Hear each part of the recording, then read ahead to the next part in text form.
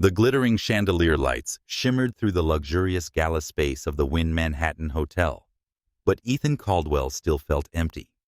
Surrounded by high-profile CEOs, stunning women, and prestigious wines, everything felt like muted colors. He had built a multi-billion-dollar empire, yet no one knew he had lost the only person who made any of it meaningful. Then, Olivia Bennett appeared. In a red dress that was both soft and fierce, she was like a magnifying lens into his past, its joys, sorrows, and memories too raw to name. Ethan was about to walk away, but she stepped forward first. "Hello, Ethan." That voice. He turned around in disbelief. She leaned in close, her waist brushing against his jawline, her breath a magnetic current carrying the invisible signal of a long-buried heartbeat. She whispered 7 words. "Do you still love me?" "I never stopped loving you." Time seemed to freeze. The lights, the music, the clinking of wine glasses, everything felt paralyzed. Ethan stood motionless. Half of him wanted to disappear. The other half wanted to surrender entirely. But Olivia only held his hand momentarily before the event coordinator interrupted their emotional current with an announcement that the evening program was about to begin. Olivia smiled. "Find me after dinner, okay?" Ethan nodded, as if his soul was still catching up. That evening, he stumbled through his keynote speech before the fund, his hands trembling. His mind was filled only with the image of that woman. For the first time in years, he felt he was no longer the center of the universe. Only she existed. From the moment Amelia Stone whispered into Lucian Ward's ear at the gala, "Do you still love me? Because I never stopped loving you." Time seemed to stop, but the event continued. The event manager announced the start of dinner, breaking the electric atmosphere. Amelia gave his hand a gentle squeeze before vanishing into the crowd. Lucian stood frozen, mind in chaos. 5 years apart, hundreds of nights spent convincing himself he had moved on. And yet, with just one glance, one sentence, the entire world he had built teetered on the edge. 3 days later, a small cafe in West Village. A humble cafe tucked between old brick buildings. Amelia had arrived before their scheduled time. The tea in her hand had already gone cold. When Lucian walked in, their eyes met in silence, as if both had stepped out of a shared memory, returning to where it all began. "You haven't changed much," Amelia said calmly. "Success suits you, and you, more radiant than ever."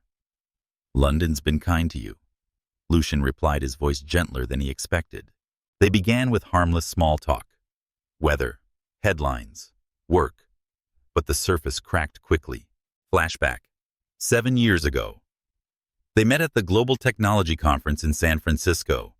Lucienne, a young up-and-coming CEO with a pioneering AI startup, and Amelia, a prestigious venture capital fund investment director. Their first handshake, their first eye contact, carried an unnamed charge. After the panel, they talked about artificial intelligence philosophy, Murakami novels, and dreams for 3 hours at the hotel bar. Within weeks, they flew back and forth between New York and Boston to have dinner together. Lucian proposed on a yacht in Martha's Vineyard, only 4 months later. 3 months later, they married on a beach under the sunset, whispering, "We're insane." Insane in love. The first 2 years were a dream.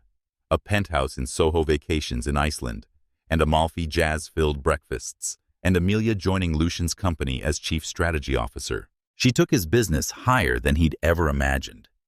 But as the company skyrocketed, Lucian got lost in the glow.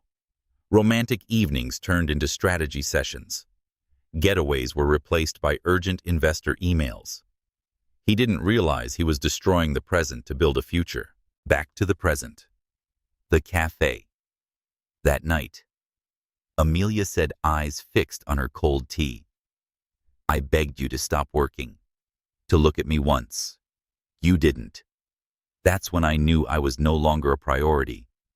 I was wrong." Lucian whispered. Too proud to see it. And when the divorce papers arrived, you signed them without a word. He bowed his head. I thought that's what you wanted. I was too much of a coward to fight for you. Silence lingered. Then Amelia placed her hand on the table.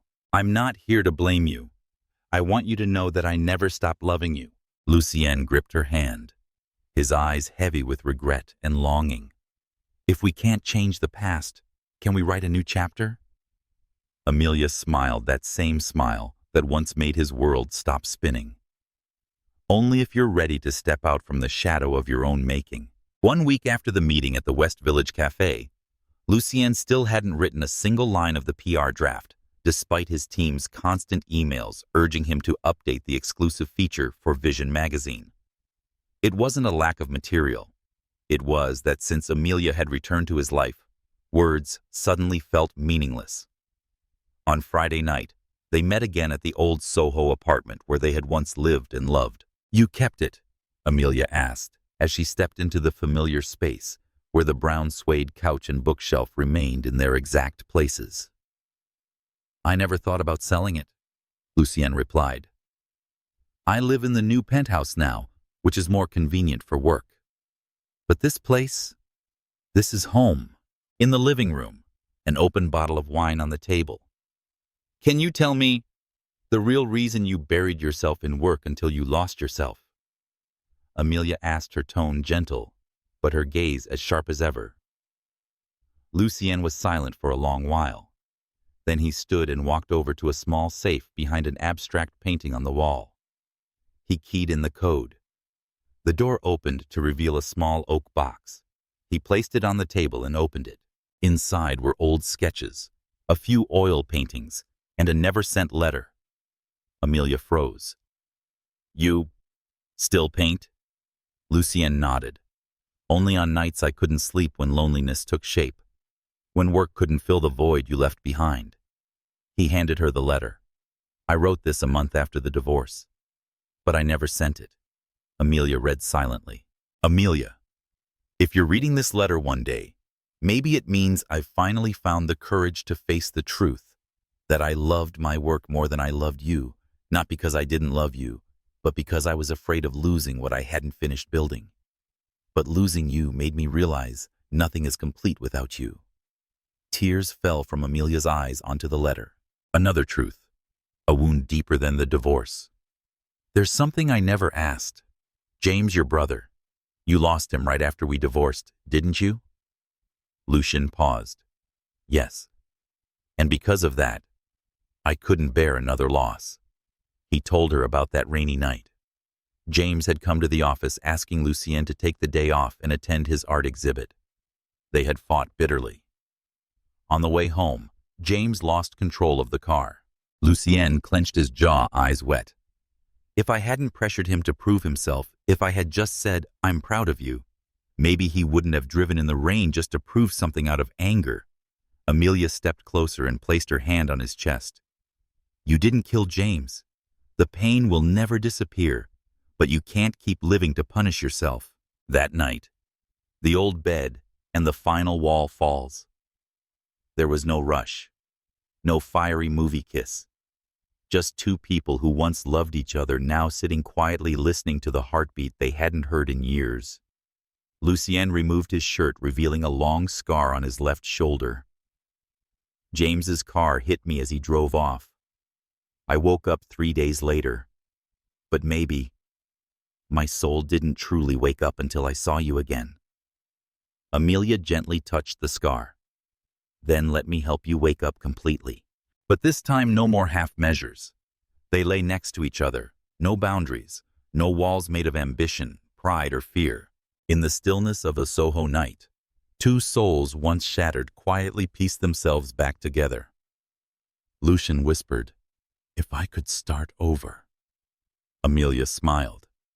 We don't need to start over. We can begin right here. Morning sunlight streamed through the windows of the Soho apartment, casting a soft glow on the wooden floor. In the stillness, Lucien opened his eyes. Beside him, Amelia lay sleeping, her brown hair slightly tousled, spread across the pillow. He didn't feel the need to rush for the first time in years. There are no shareholder reports to consider, no emails from Tokyo, and no meetings packed back to back. Just Amelia, the only truth he wanted to hold on to. A quiet breakfast, but far from ordinary. Lucien brewed coffee while Amelia slid slices of bread into the toaster. Every small gesture felt familiar, as though they had never been apart. "What are we doing?" Amelia asked, her voice light but her gaze serious. "I think, starting over," Lucien replied hesitantly. Amelia set her cup down. "Lucien, you know we can't live in a bubble forever. There are things I need clarity on before I take even one more step." Press murmurs. The outside world begins to shift. At that moment inside Blackmore Holdings HQ, rumors began to spread. A piece in the Ledger revealed that CEO Lucien Blackmore had withdrawn from 3 significant deals in the past week, an unprecedented move. Investors grew nervous. The board began whispering, "Something's changing." And yes, Lucien was changing. But the world didn't yet know how to respond. A call from the past.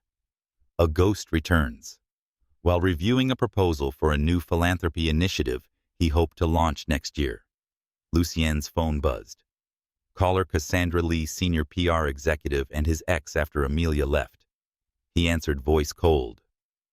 "Cass. Lucien. I'm not calling to bother you, but there's something you need to know." "What is it?" "Next week a journalist from the Inquirer is releasing an expose about you. They've dug up the story about James, and..." Her voice dropped. "They have photos of you and Amelia in Soho. The leak came from someone inside the newsroom." Lucien gripped the phone. Are they trying to smear her? Not sure. But based on the draft headline, "Cold billionaire hid divorce to preserve reputation. Ex returns as stocks plunge." It's not pretty. Facing it no more. Hiding. Lucien told Amelia everything. She was quiet, then calmly asked, "So what will you do?" "Face the press. Tell the truth. About James. About you. About how I've been living like a shadow. Until you came back." Amelia looked at him for a long time. "Then I'll stand beside you." "But Lucien, once you go public, there's no turning back. I'll become tabloid fodder, the woman who came back in their eyes. You're not the one who came back. You're the only one I never let go." Emergency meeting. Boardroom resistance. At Blackmore Holdings HQ. The boardroom erupted when Lucien announced his plan for a public press conference and to go fully transparent about his past. Richard Vail, longtime CFO, slammed his hand on the table. "You're going to kill our market value. Stir up your brother's death. Drag your ex into the spotlight." What were all those years of building up the cold, unshakable CEO image for Lucien? Replied calm, but resolute. "That image isn't me anymore. And if this company can only survive on fabrication, then I'm not the right one to lead it." Silence. "Are you saying you're resigning?" one member asked. Lucien stood. "No. I'm saying I'll lead with truth. If anyone wants to come with me, stay. If not, there's the door." That evening, the press received a notice. CEO Lucien Blackmore would hold a nationwide live press conference. No media representatives, no PR filters. Just one man and the truth for the first time in years. And in the front row, Amelia Collins would sit, not as the ex, but as living proof that even the most immovable man could change. Grand Pavilion Conference Center, 10:00 a.m. The press room was ablaze with hundreds of camera flashes and recording lights. Journalists from New York's most prominent media outlets packed the venue with headlines already trending across social media. Lucien Blackmore speaks out for the first time on the accident, lost love, and personal change. Backstage, Amelia adjusted Lucien's collar, her eyes never leaving his face. "Are you ready?" she asked softly but seriously. Lucien swallowed. No. But I'll do it anyway. She smiled and squeezed his hand gently. Then that means you are ready. The moment begins. No place left to hide. Lucien stepped onto the stage, taking his place behind the podium. No PR team, no spokesperson. Good morning. He began, his voice resonating through the cameras. I'm Lucien Blackmore. Today I'm not here to protect my reputation. I'm here to tell the truth. Behind him, the screen projected an old oil painting by James. Next to it, a rare photo of the two brothers laughing beside an old convertible, a national confession. I was once a boy who dreamed of being a painter, but I became a CEO who hid his emotions. I once loved a woman with all my heart, but lost her chasing success. The room fell silent. Lucien continued. The day James died, I was the one driving. We argued about love ideals and what I'd become. And when the crash happened, I didn't just lose a brother. I lost the last human part of myself. The camera panned to Amelia. She sat quietly among the front rows, calm but resolute. Amelia Collins. The woman sitting right there is the one I lost because I prioritized my work over my heart. But she's also why I learned how to become human again. A disruption. A tabloid's dagger. A journalist raised his hand, voice edged with the accusation. Mr. Blackmore, do you confirm that your current relationship with Ms. Collins is genuine? Or is this all just image management after your stock drop? The air turned tense. Whispers broke out. Lucien looked straight into the camera. She walked into my life again during a snowstorm, carrying truth, courage, and a question that made it impossible for me to keep hiding behind the cold CEO mask. He turned toward Amelia. And if I'm just pretending, then I must be the most delusional man of the century for choosing to pretend for the rest of my life just to keep her. Backstage. Choices. Challenges and belief. The press conference ended with thunderous applause, not from the media, but from Blackmore Holdings employees watching worldwide. Posts began circulating. A different Lucien Blackmore once laid me off today. I saw a human being. Maybe it's time we trusted a CEO who knows how to apologize. Amelia entered the backstage room where Lucien sat, sweat on his brow. You just shocked the whole world, she whispered. I don't care about the world. He looked at her. I only care that you stayed. The defining call from the board. Lucien's phone rang. Richard Vale. He picked up. Lucien, we need to meet. Urgently.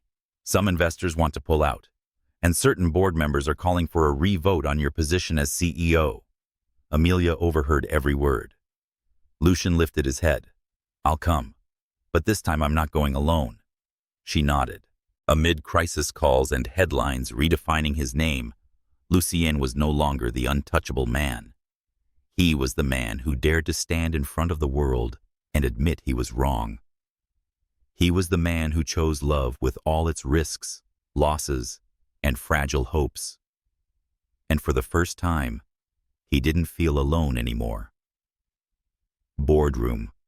Blackmore Industries headquarters. The lighting in the boardroom was cold and sharp like a blade.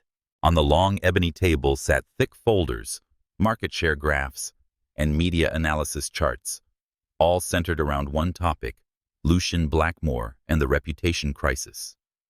Lucien entered and walked straight to the chairman's seat, but this time he wasn't alone. Amelia followed behind, calm yet resolute, sitting in the observation row. Richard Vale, the senior executive officer, growled. We made it clear, Lucien. Your speech, however heartfelt, has triggered a storm. Stock dropped 7% this morning. Investors are losing patience. Another board member spoke up. That article, he glanced at Amelia, turned us into a joke. A CEO crying over his brother and his ex. That's not the invincible image the market expects. Lucien didn't bow his head. He chose to speak the truth. Lucien stood without documents, only carrying a steady gaze. We used to believe that emotion was weakness. I believe that too, but that denial cost me my brother, cost me myself, and nearly cost me someone else. He turned to look at Amelia. I'm not sorry for changing. I'm only sorry it took me so long. A beat of silence. Then a scoff from Richard. So what's your proposal? A corporate meditation council? Should we rebrand from an investment firm to a wellness retreat? Lucien smirked. My proposal is restructuring. Starting next week, we create a corporate ethics board, a support fund for employees affected by mergers, and I will withdraw from the aggressive takeovers I once championed. A turning point. Power from the unexpected. Amelia stood up. I wasn't invited to speak, but let me ask Mr. Vale. Have you ever visited an employee who lost their home after one of your mergers? Or do you just count percentage gains from your leather chair? The room fell silent. Lucien looked back at her, half worried, half proud. I've written hundreds of articles about cold-blooded CEOs, but after 48 hours stuck with this man, I saw something I never expected. A former God complex learning how to apologize. A frail voice rose from the end of the table. Mrs. Margaret Kingsley, the board's longest-serving member. For the first time in 20 years, I see Lucien as a human being. Tense voting results. Richard slammed his hand on the table. We can't let emotions dictate strategy.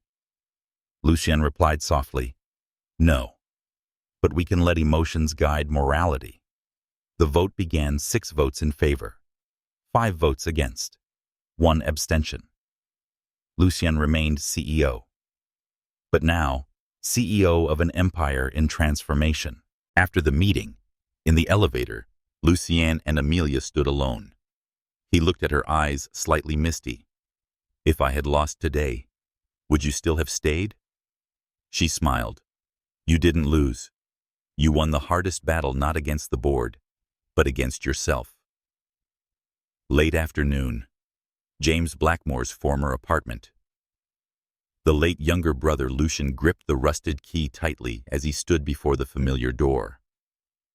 After the fateful boardroom meeting, he didn't return to the penthouse. Instead, he called Amelia and said, There's a place I must return to, but I don't want to go there alone. The apartment had been sealed since the day James died. No one dared enter it, as if stepping inside would ignite the memory into flame. Amelia walked silently beside him, hands clasped, asking nothing. She understood. Some pain must be unlocked only by the one who carries it. A space frozen in time. Paints a guitar and an unfinished canvas. When the door creaked open, dust rose like a mist from the past. The small room remained untouched.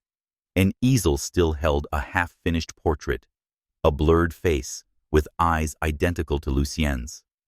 On the shelf sat James's old guitar. Amelia moved quietly around the room, while Lucien stood frozen. The last time I came here, he said hoarsely, was to force James to sign the stock sale documents. We argued. And then, the accident happened.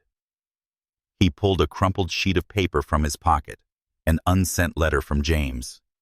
I found this in our father's desk drawer last week.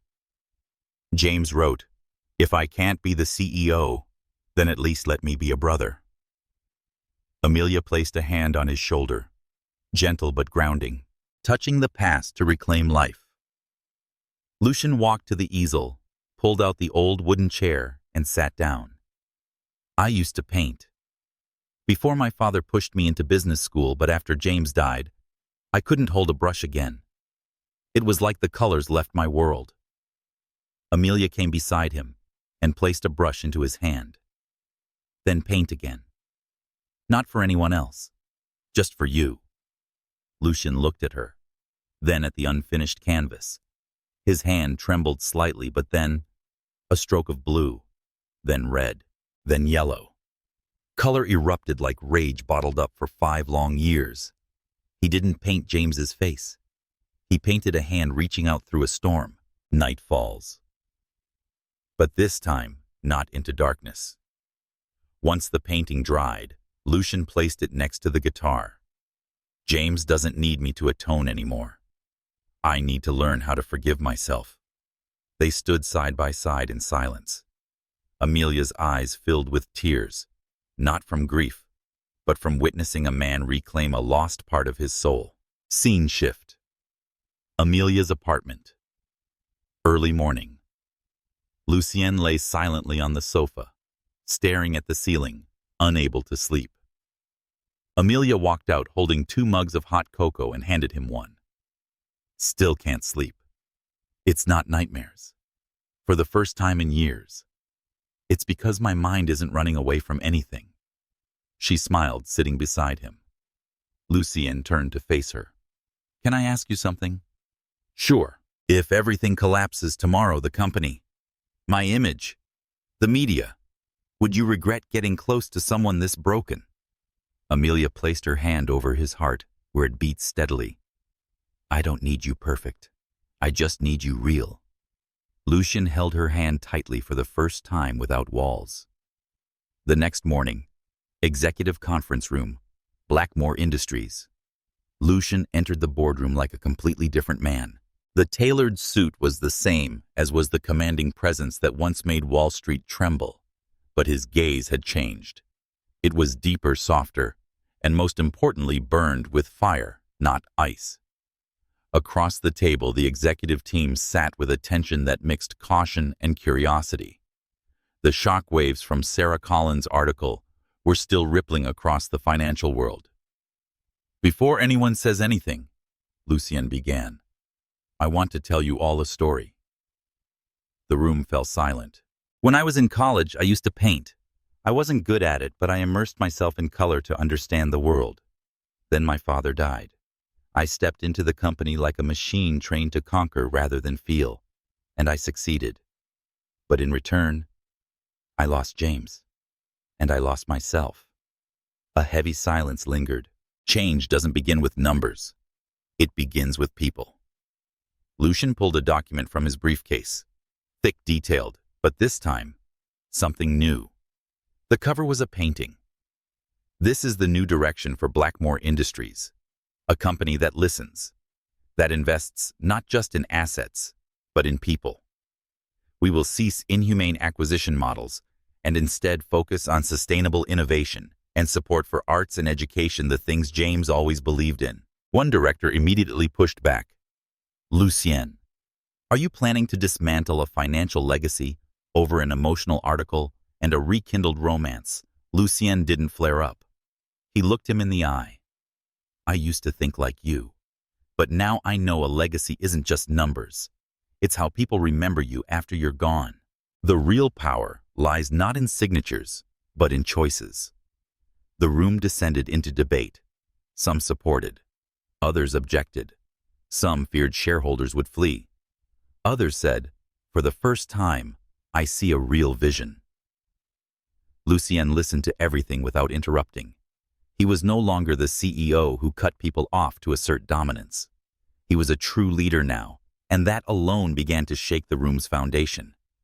There was no unanimous vote, but no one walked out either. When the meeting ended, Lucien entered the hallway and found Sarah waiting. She wore a white blouse holding a folder. But what still made his heart stir was the look in her eyes full of trust. In the company hallway, a thank you without flowers. How did it go? Sarah asked. Lucien smiled, weary but radiant. They didn't fire me. They're far from on board, but at least they listened. Sarah handed him a cup of hot coffee. He took it, eyes lingering on her. I'm hiring an artist to redesign the office. Bring some color into this cold place. I know someone who paints terribly, but with a lot of heart. Oh, I plan to pay her with dinner and a kiss. Too cheap. Sarah laughed. They sat together on the hallway bench as people rushed past, like the world had slowed just enough for 2 people to choose each other amid the noise. Friday morning. Insight Magazine. Headquarters. Sarah was replying to reader emails when a message popped up from an unfamiliar address. Victoria Ellington wants to meet you. Today. Private. Don't tell Lucian. A name thought to be buried in the past. Victoria once engaged to Lucian Blackmore, the quintessential face of the elite, and perhaps the deepest scar in his heart years ago. Sarah felt a chill. She wasn't the jealous type, but her journalistic instinct flared. This wasn't just a casual reunion. Café Étoile. 7:00 a.m. Victoria arrived on time, as if she had just stepped out of a fashion ad crimson midi dress, oversized sunglasses, and a smile that turned every head. But when she removed the glasses, her eyes held no sparkle, only shadows. "I read your article," Victoria began. "Touching. Classic. Redemption of a lost soul narrative." Sarah stayed calm. "What is it you want to say?" Victoria stirred her tea with a silver spoon, a gesture soft but cutting. "I want to remind you, Lucien doesn't sustain change. He's a Blackmore defined by power and control. He promised me to change once. Then I found out he was cheating. With power." Sarah tightened her grip on her coffee cup. Victoria tilted her head, observing. "I didn't leave Lucien just because I was forgotten," she continued. "I left because I saw him push his brother to the edge. James wanted to sell his shares and open a gallery. Lucien called him a child who refused to grow up. James drove off in anger on the day of the accident after Lucien refused to listen. A long silence followed. He'll push you away too, just like before once the article fades. Once the public moves on to a new headline. Insight, newsroom. That afternoon, Sarah returned with her mind in chaos. She opened her inbox to find a screaming headline. Urgent. Whistleblower alleges Blackmore Industries covered up. Safety scandal. CNN breaking. She clicked the link. A former employee from one of Blackmore Industries' subsidiaries alleged that Lucien had deliberately buried a safety violation report 3 years ago, which led to a major industrial accident. The press exploded. The hashtag @BlackmoreCoverup trended worldwide within 2 hours. Sarah felt breathless. Sarah's apartment. That evening, she was on the phone when there was a knock at the door. She opened it. It was Lucien. Pale, disheveled, stripped of his usual commanding presence. "You've seen the news, haven't you?" he asked. "Is it true?" Lucien nodded slowly. "Back then, James opposed that project. You already know. I ignored him. And when the accident happened, instead of facing it, I let the lawyers handle everything." "You mean, you knew?" Sarah's voice cracked. "I knew, but I didn't want to face it. Back then, the career meant everything. And now, you came to me to be saved again." Lucien stayed silent. His eyes brimmed with regret. "No. I came to tell the truth, even if it makes you leave." The next morning, Insight magazine. Headquarters. Sarah sat alone in a small conference room, her laptop open with 2 drafted headlines staring back at her. The man after the storm, or the one who buried an industrial tragedy. Her hands trembled slightly as she laid out 2 folders. One was the investigation file from the whistleblower sent to her email the night before. The other was a half-finished profile of the man who opened his heart after being stranded in a snowstorm for 48 hours. She had written both versions, but could only choose one to submit. The door opened. Her editor-in-chief, Janice, stepped in, eyes sharp with concern. "I just read your draft," she said plainly. Sarah remained silent. "If you go with the first piece about the accident, it will destroy Blackmore. But if you publish the second, you'll be seen as biased. You'll lose the journalistic credibility you've worked hard to build." "He deserves a chance to change," Sarah replied, voice soft but steady. "The problem is, Janice said the public doesn't forgive based on potential. They demand justice." Afternoon. Lucien Blackmore's private office. Lucien sat silently before the screen. His face looked weathered from sleepless nights, and in his eyes was something rare humility. "I don't want you to hide anything," he said as Sarah arrived. "If you have to choose between your career and me, choose your career." "The point isn't choosing you," she said slowly. "It's about choosing the truth." Lucien nodded. He opened a drawer and pulled out a USB drive. "This is the full report the company ignored, including internal emails showing I was warned." Sarah took it. Her heart sank. "Are you ready to face this?" "There's no other choice now. I traded away James Victoria and eventually myself all for my career. But if I lose you, then everything I'm trying to rebuild means nothing." Evening. Sarah's apartment. She sat by the window watching the city lights blur in the drizzle. Her laptop rested on her lap. The cursor blinked beneath the title line, "Love, Guilt, and the Choice. The Truth Behind Blackmore Industries." She wrote like she'd never written before. Each sentence was a wound tearing open pain and trust in equal measure. The next morning, the article is published. Main headline, "A Confession in the Dark. CEO Lucien Blackmore and the Industrial Tragedy, Buried for 3 years." The piece didn't shy away from truth, but didn't cast judgment. It portrayed Lucien as a man facing the shadows of his past and finally choosing to step into the light. Twitter exploded. News outlets ran non-stop coverage. Hashtags #BlackmoreTruth, Justice for Factory 47, and Redemption, Not Denial trended globally. Afternoon. Emergency meeting at Blackmore Industries. Lucien entered the boardroom wearing a simple gray suit. No assistant, no entourage, just him and a board ready to judge him with their eyes. "I'm not here to defend myself," he began. "I'm here to resign." A ripple of shock swept across the room. "But I also bring a complete transition plan to ensure this company doesn't just survive the scandal, but is reborn through transparency." Evening. Sarah's apartment. A message arrived from Lucien.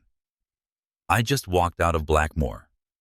No more CEO, no more power. But for the first time I feel free. And if you're still willing, I'd like to see you. Not to ask for forgiveness, just to say thank you for making me stop fearing the truth." Sarah smiled through misty eyes. "Let's meet at the old place. Not a studio, not an office. Just two people. In the real world. Small cafe, corner of Greenwich evening." The golden light through the glass windows cast reflections of two people sitting across each other. No bodyguards, no media, no luxury watches or corporate airs. Just Lucien, slightly thinner. His gaze no longer cold, and Sarah, her face both resolute and tired. Between them sat 2 cappuccinos and a silence too heavy to break. "I thought you wouldn't come," Lucien said softly. "I almost didn't," Sarah replied. "Not out of anger, out of fear." Lucien nodded honestly. "I'm afraid too. I have nothing to hold on to for the first time in my life, except this feeling I never knew how to name." And now Sarah tilted her head, voice no longer sharp, only worn. "Now, I want to know if you can see me, not as Lucien Blackmore, the CEO, but just Lucien, a man relearning how to be human."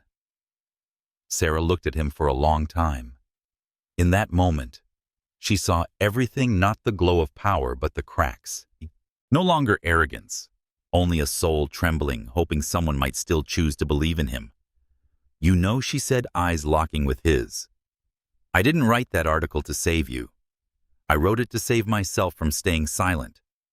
And maybe that's why I'm still here." A silent conversation, but a new beginning. Lucien reached out, not pushing, just placing his hand on the table. Sarah looked at it, the same hand that once wielded enough power to shake Wall Street, now only wanted to be held by someone willing to see the man behind the facade. She placed her hand over his. lightly, but truthfully. "We can't erase what happened," she whispered, "but we can learn how to live with it." Lucien smiled. Not a perfect smile, but a real one enough to make your heart ache.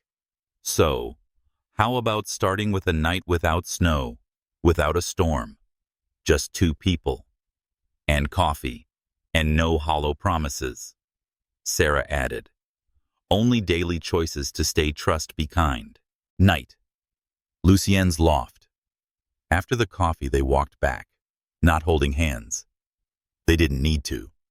Their footsteps in sync were enough. Lucien opened the door to a new loft, not a penthouse or mansion. Just a small space with an easel, an unfinished canvas, and warm yellow light. "This is where I'm starting over," he said. "No CEO, no boardroom, just Lucien and some colors."